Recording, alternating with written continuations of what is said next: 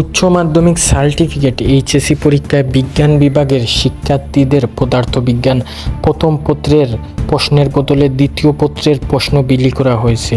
চট্টগ্রামের সীতাকুণ্ড উপজেলায় বাটিয়ারি ইউনিয়নের বিজয় সরণী কলেজে আজ বৃহস্পতিবার এ ঘটনাটি ঘটেছে।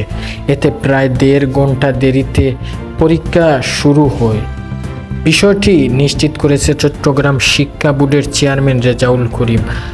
তিনি আজকে বলেছেন যে পরীক্ষার্থীদের ভুলবশত পদার্থবিজ্ঞান প্রথম পত্রের বদলে দ্বিতীয় প্রশ্নের দেওয়া হয়। এতে পরীক্ষার প্রশ্ন তুলে নেন।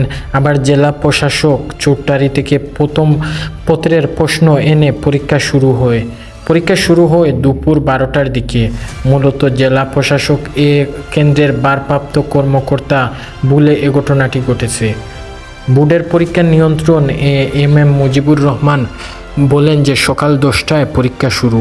প্রথম নৈতিক বাট্য প্রশ্নের পরীক্ষা শুরু হয়েছে।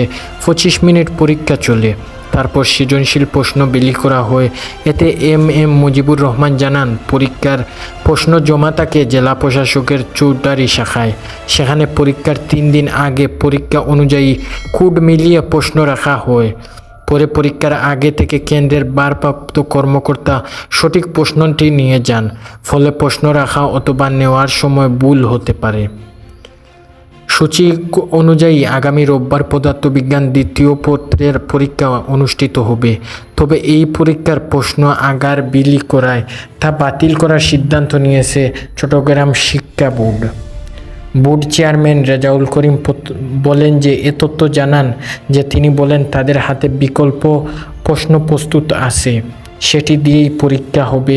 এদিকে ভুলবশত দেওয়া ঘটনার তদন্তে কমিটি করেছে জেলা প্রশাসক ও উপজেলা প্রশাসক কর্তৃপক্ষ। চট্টগ্রামে অতিরিক্ত জেলা প্রশাসক শিক্ষা ও আইসিটি মোহাম্মদ সৌদিউর রহমানকে আহ্বান করে 3 সদস্যের কমিটি গঠন করা হয়েছে। মোহাম্মদ সাদিউর রহমান প্রথম আলো বলেন যে কেন্দ্রের ভারপ্রাপ্ত কর্মকর্তা বলে এ ঘটনাটি ঘটেছে বলে প্রাথমিকভাবে তারা জানতে পেরেছেন। বাকিটা তদন্তের পর জানা যাবে। 3 কার্য দিবসের মধ্যে প্রতিবেদন জমা দিবেন তারা।